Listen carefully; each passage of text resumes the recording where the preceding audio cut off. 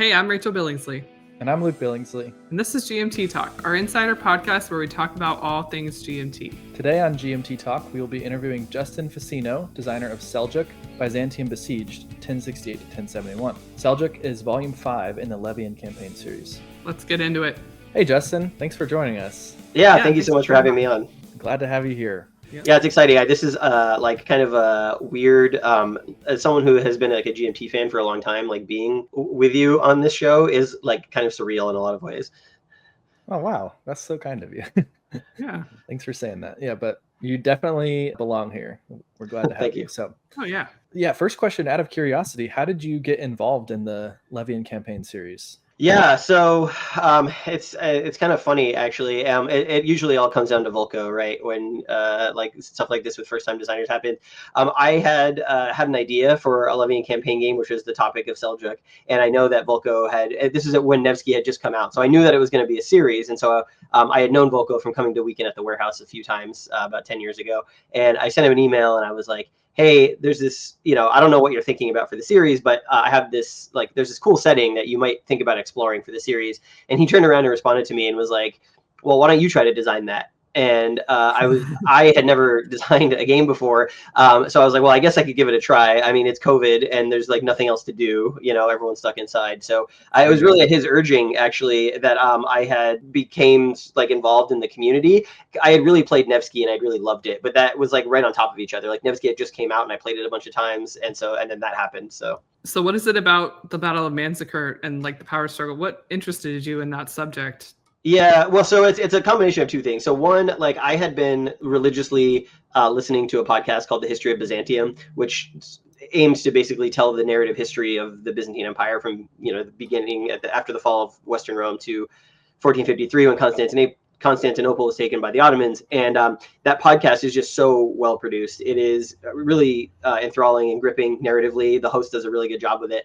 And he did a special 2-hour episode about Manzikert and everything that happened around it.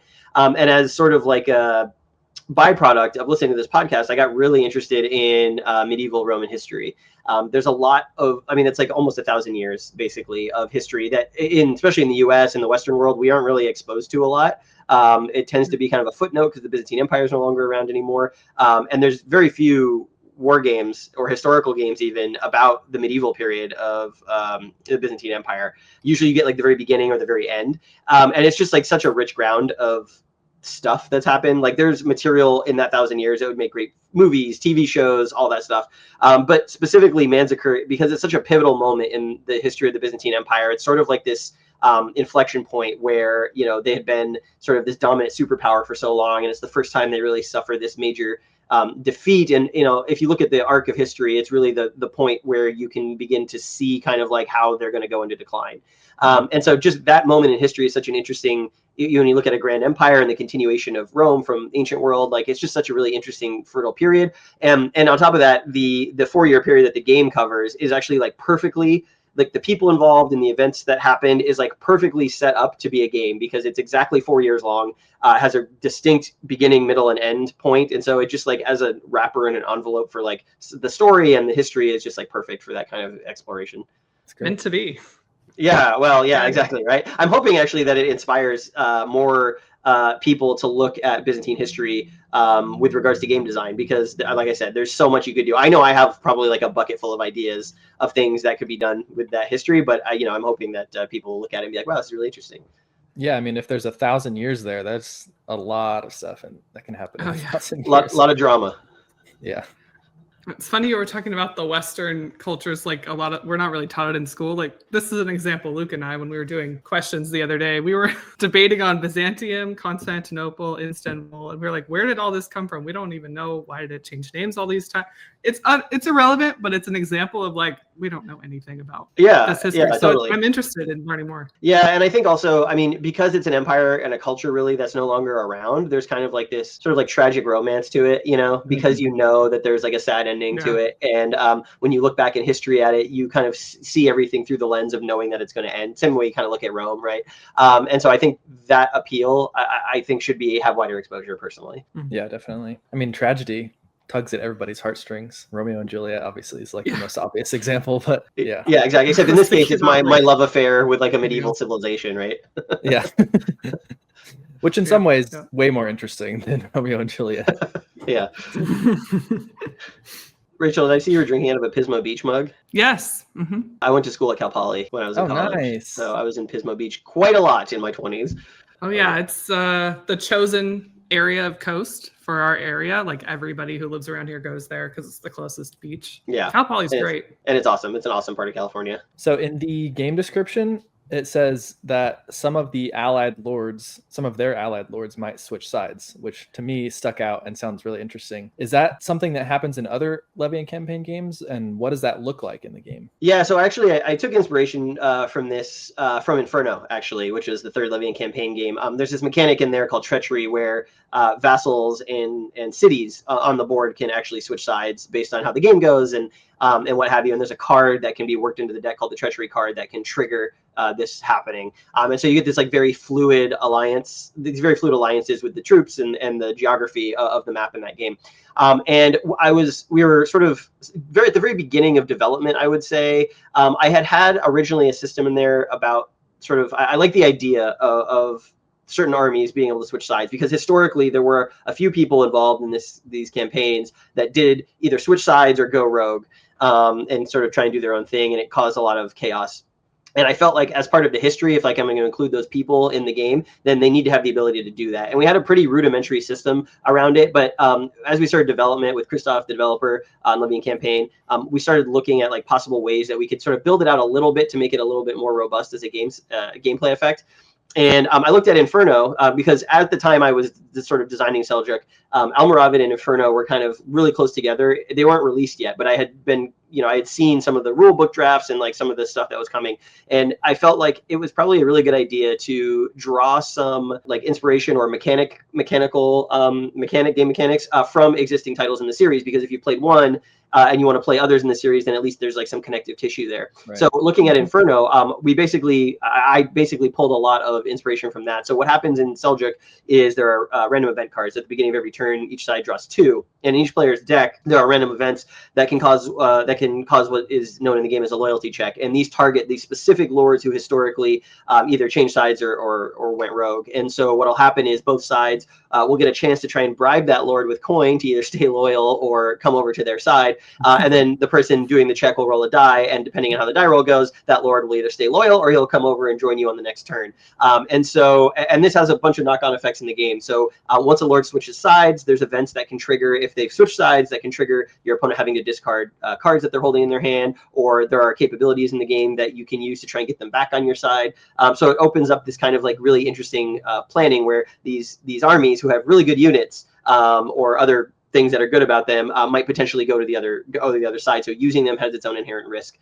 So yeah, it was just a fun way to kind of like explore, to have the history of those particular people and sort of their personalities expressed in the game without too many special rules. And Inferno was like the blueprint for that. That's really cool. Is it common that like one lord will switch sides multiple times within a game? Or I would move on. Yeah, I would say it's not.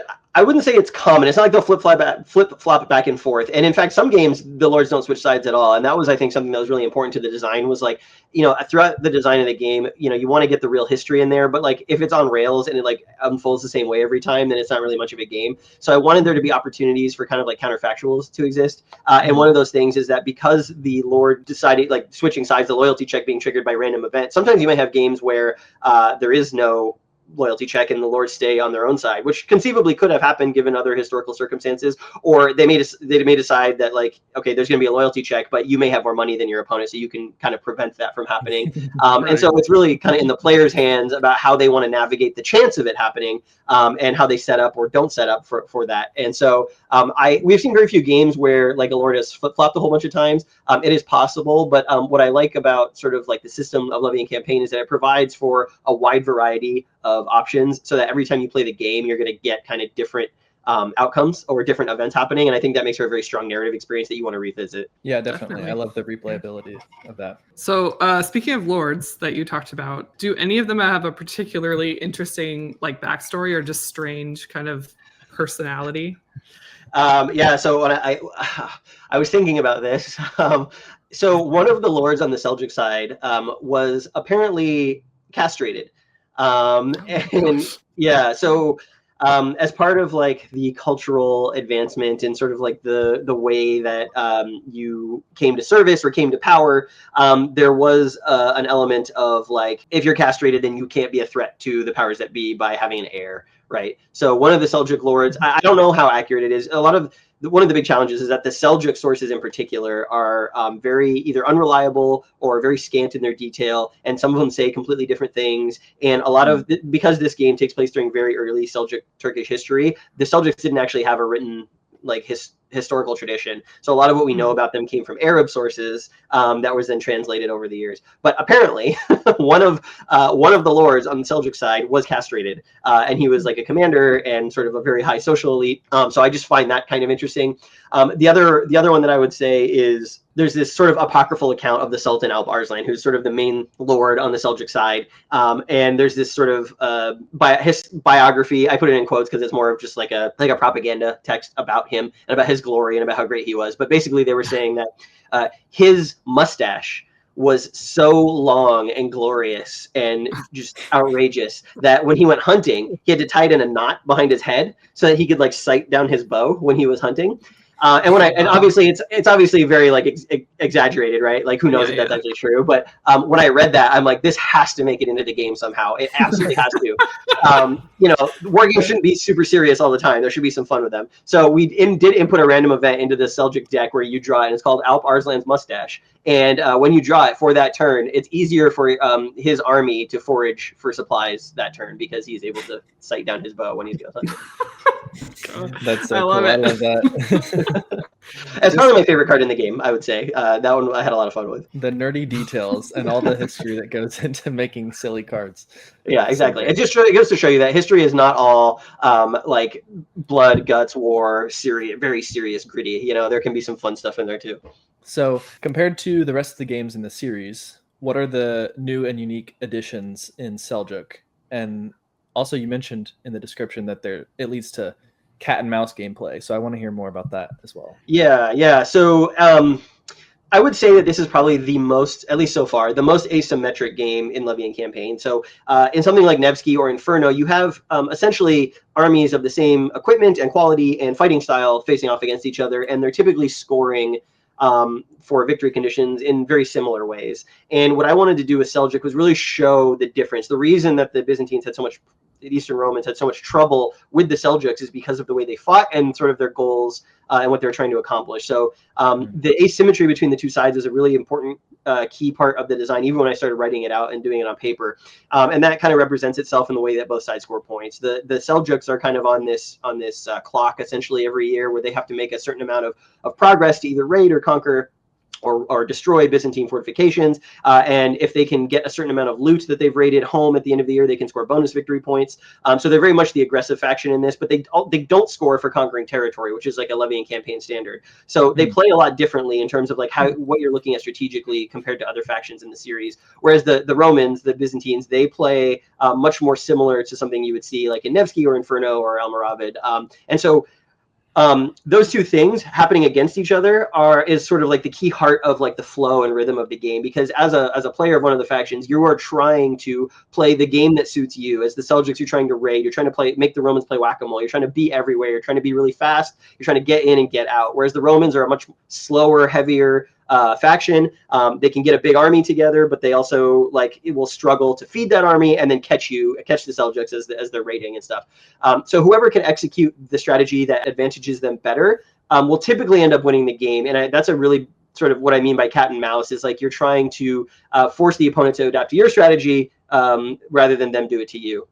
So that's like the main sort of gameplay difference there. But then some of the mechanical things are different too, because obviously in this period, we're talking about two different kinds of sort of nation states. They weren't really nation states, but factions. So the Seljuks are mostly a confederation of Islamic Turkic tribes from Central Asia, plus the Arab landed elite in places like Iran and Iraq and Syria. And so they are not like a professional standing army. You've got different lords with different types of troops, kind of with different motivations. And then on the Roman side, you've got a very centralized state. You have a centralized state that's run by essentially one man, the emperor. So it's very autocratic. It's got a very centralized bureaucracy. It's much closer to like a nation state as we would understand it today. They've got a central economy, they've got a central army, and so forth. They fight differently.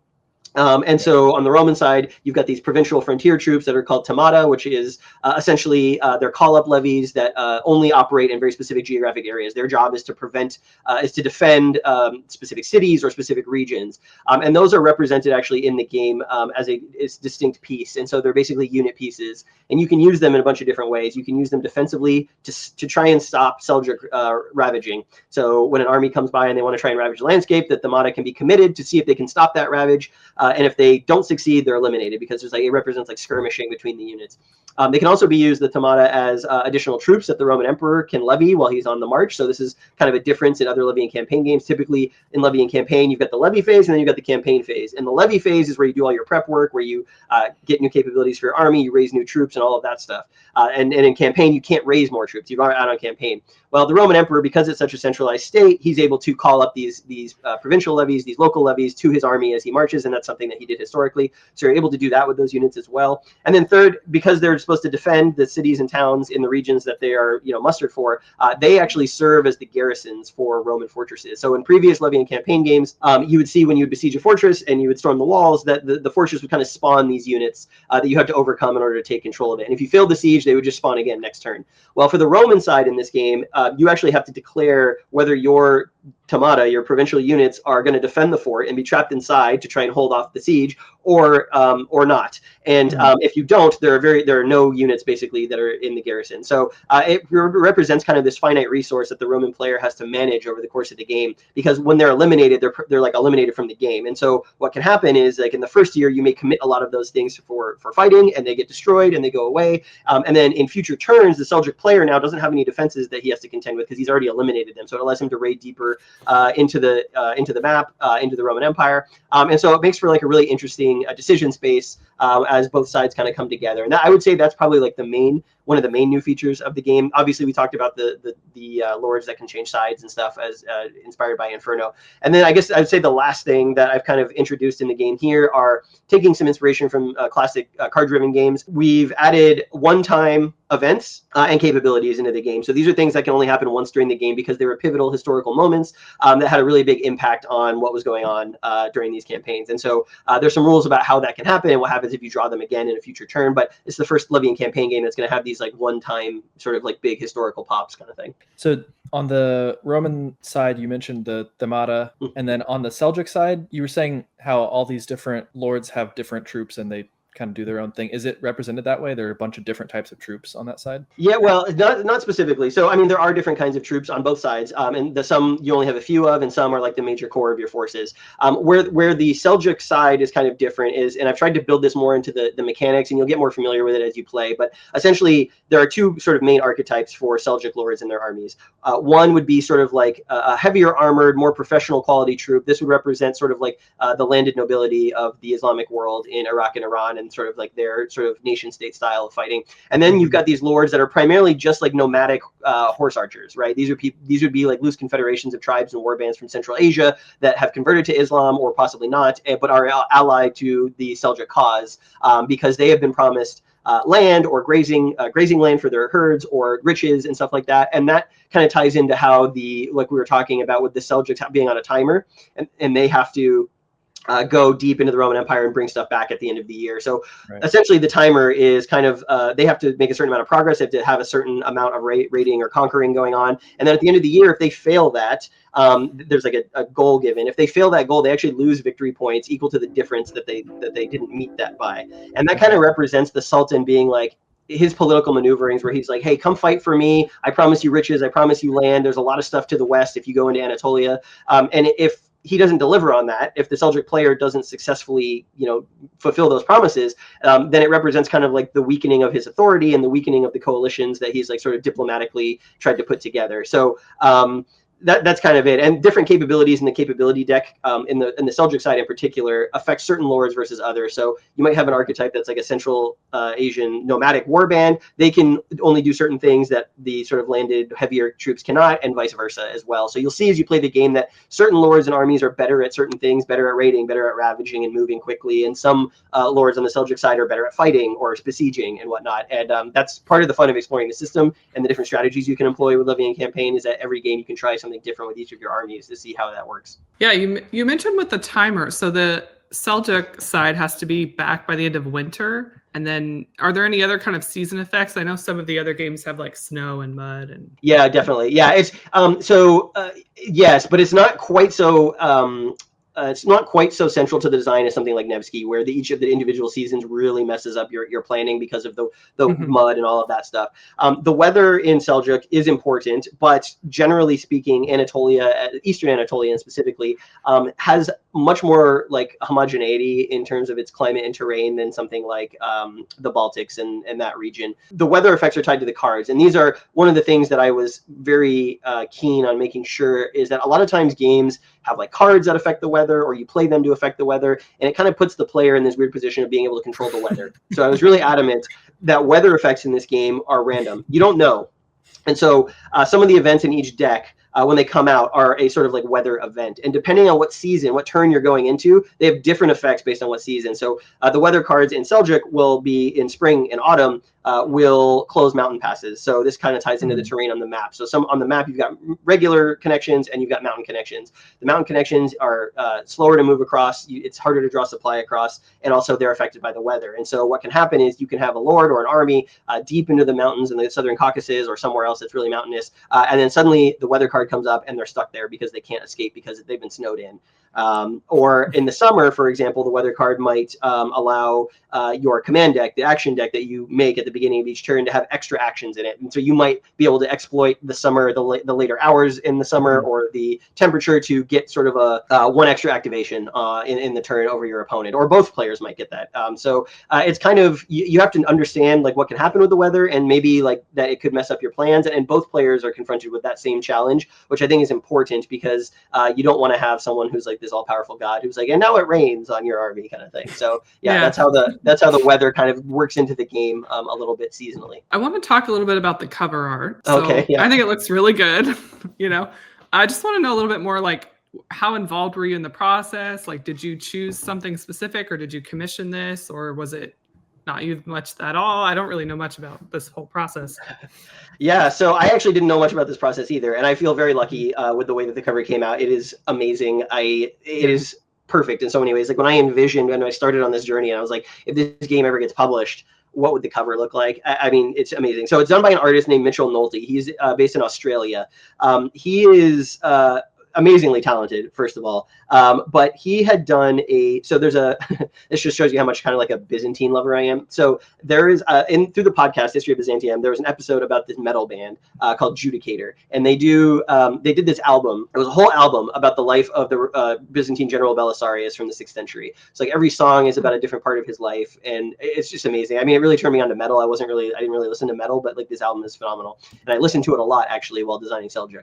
Anyways, the cover art for that album was done by Mitchell Nolte. And I remember looking at that cover art and just being so blown away by what an amazing job he did. He did it in kind of mosaic style. So like the cover is Belisarius and his son and his wife kind of all riding on a horse against this like gold background. And it looks like something you would see in like a Byzantine church, or like the Hagia Sophia in Istanbul. And then the backside of it was a more painted image of like one of Belisarius's sieges in Italy. I think it was either Naples or Rome. I don't know exactly. But it's just like really epic sort of scale image where you're like looking down this siege line with all these siege towers, and you see the walls of the city. And as soon as I saw that, I'm like, if this ever gets published, this is the guy I want to do the cover art. So I reached out to him and I was like, hey, I've seen some of your work. It's amazing.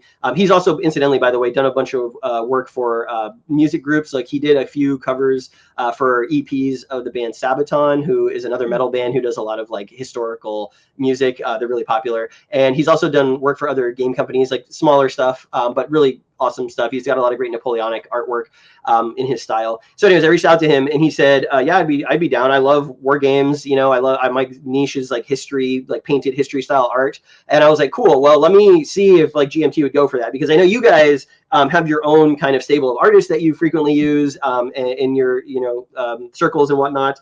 And, I thought, well, they might not want to, they might want to use their own artist. And so it was awesome when it came back that they were like, yeah, he'll work for us if he wants to do it. And so basically he and I, Mitchell and I basically tried to come up with, along with Volko and Christoph, the developers, to come up with sort of a theme that we wanted to explore for the cover.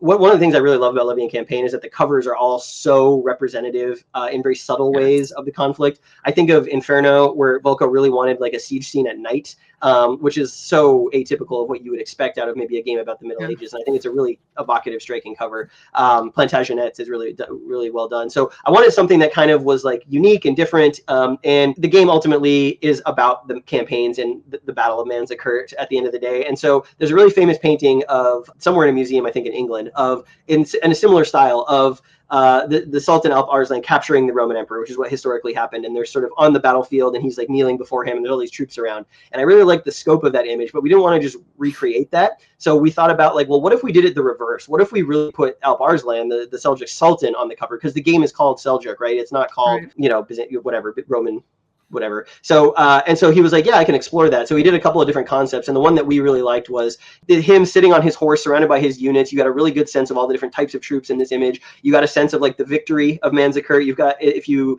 look at the cover in the bottom right corner, there's some shields from the Varangian Guard, which are the elite Viking Norse Byzantine royal guard, sitting there as if they've been defeated in combat, which they were at this battle. And then in the distance, you've got this Byzantine fort. It could be Manzikert. It could be another one after the Battle of Manzikert. But you can see that the siege is kind of underway and the army is on the move. And it just provides this like really striking image with like a grand scope to it that I think really represents like the gameplay of Levy Campaign. You're really talking about campaigns, movement of armies, the long sweep of a conflict, not just a battle. And so all those things came together, and he did such an incredible job with the details on it. And I was just like over the moon with how it came out. And I'm so happy that that you guys were open to doing a different, using an artist that had never done work for GMT before. So yeah, I love the cover. I mean, of anything else in the game, I mean, I love designing it as well, but like the cover to me is one of those things that will I will always keep with me, the box lid, if nothing else. Yeah. Sweet. Yeah. So cool. Well, we only have part of it on screen. Can you hold up yours? So yeah. Everyone can see. I got the brush. So yeah, so here's the oops, this way. Varangian guards shields down in the corner here, and then obviously there's like all the little details. You've got sort of the heavily armored Seljuk cavalry here, the Gulam, and maybe some light Turkish horsemen here. Just everything about it is awesome. And there's this story about on the eve of the Battle of Manzikert about how the Sultan, dressed entirely in white as like a sign of his faith and like rallied the troops. And so he did a really good job of like using the historical armor, the lamellar of the period, but also he's on his white horse, he's wearing his white cloak, his turban is white. Just a lot of really fun historical like Easter eggs for people who know the history in here, while at the same time looking extremely beautiful. Nice. I love it. So cool. I love the flag too on there. Yeah, the banner that he's holding, which is actually one of the banners in the game for one of the lords. So it all came together. Mitchell actually got a look at the map art and the playtest component art that I put together. So he has a really good starting point to like hone in on the historical details, which was awesome. Love the story behind that. Thanks for sharing that. Yeah. Okay, so back to the game and the gameplay. For players that are new to Levy Campaign, what scenario would you recommend they start with? Well, so we've got, I think, 5 scenarios in Seljuk. My personal favorite is the campaign because you really get to see the ebb and flow of all of that stuff happening. But we do have shorter campaigns as well that are either 1 year or 2 years long, so 3 turns or 6 turns. And one of the scenarios, which is actually one of the very first ones that I designed, as sort of a demo scenario, because it's quick to play, is a 1 year scenario set in 1070. So it's the 3rd year of 4 possible years in the game. And that scenario we took a page out of the Nevsky or possibly Almoravid, I can't remember which game it was, where Volko decided to create a scenario to where all of the prep work for the first turn is done. One of the big sort of like learning challenges to Levy Campaign is that you start a game and then suddenly you're confronted immediately with, okay, now I need to do all of this like future looking planning. With still coming to grips with the rules and not really understanding the dynamics of what's going on. So in the 1070 scenario, which is 3 turns long, and once you get the rules down, you can probably play it in 2 hours or so. we throw you into the first turn having all the planning already done for you. So when you set up the game, all of the stuff that would happen in the levy phase, new resources that you would gather for your armies, new capabilities, all of that stuff is already done. And all you have to do is make your action stack of cards and go. And so that will be a really good way for players to kind of get into the flow of levy and campaign in the game. There's not very many lords in that scenario. I think it's 4 per side, even though the full game has 8 per side. So we've reduced the scope of what you have to manage. It's a very competitive scenario from a victory standpoint. So I would not, while it is a good scenario for new players, I would not necessarily call it a learning scenario per se, in the sense that it is very competitive. In all of the playtests and demos that I've done of that scenario, it has always been very, very tight. Usually half a point or 1 point is the difference between the winner and the loser. So it's very replayable in that sense. And then the other thing about the game is because of the way it's kind of divided by a year, you have 3 turns in a year, you could take any starting point that you want. So the 5 scenarios in the game give you a historical start for each of the years and then let you go and play how that goes. But if you, let's say, get to the end, let's say you start the campaign scenario, which starts in 1068, which is the first year of the game, and you get to the end of 1068 and you're like, well, I only want to play this through the end of 1069. I don't want to go the full distance. You could absolutely do that. Or if you just want to play one more season, you can absolutely do that. Because the game is decided by victory points, you and your opponent can basically decide what your end is. So the one thing I would tell people is don't necessarily limit yourself to just what's in the scenario book. We tried to make the scenario book the historical context around all of these pivotal points in the campaign. But if you want to explore some counterfactuals or you want to just have a very specific run of what you're playing, you can absolutely do that, and the game will support that. I love that. Yeah. Flexibility of the system. It's good. Yeah, absolutely. It's one of the things I love about it. Do you have a personal favorite scenario that you like to play through? Yeah, it definitely is the full campaign, like I was saying, because what you really get there is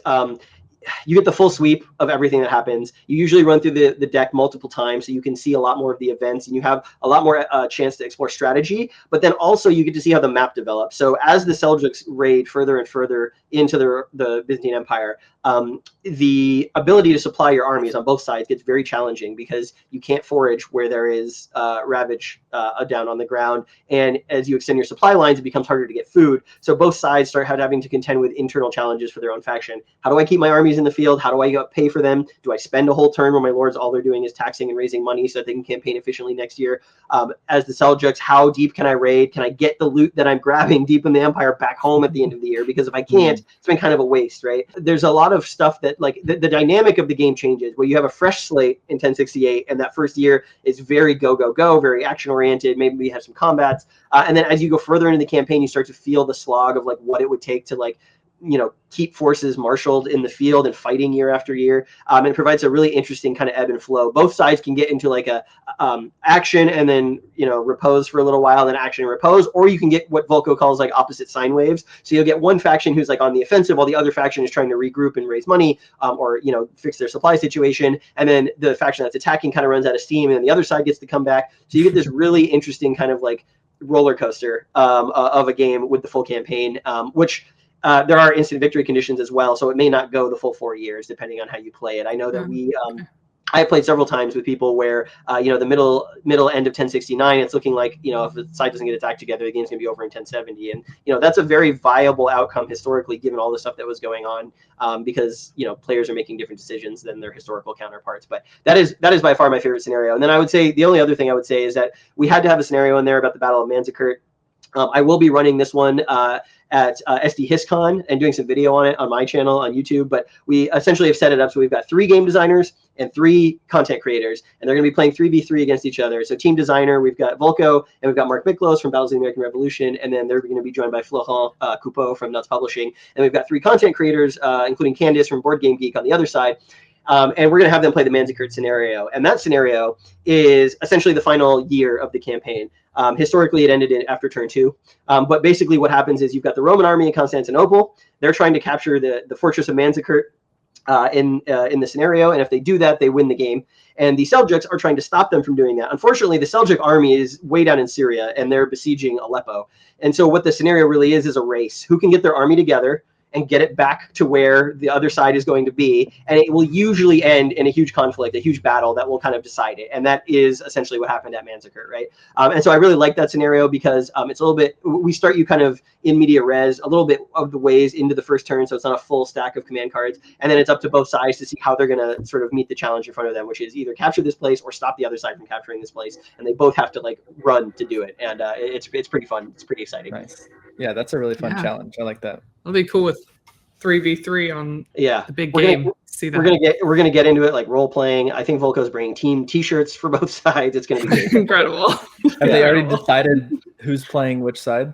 Yeah. So the designers are playing the Seljuks, and the content creators are playing the Romans, and I will be sort of refereeing, GMing, kind of getting everyone up to speed. Nice. That's super cool. Little plug for SD HistCon. If you have tickets, go see that event.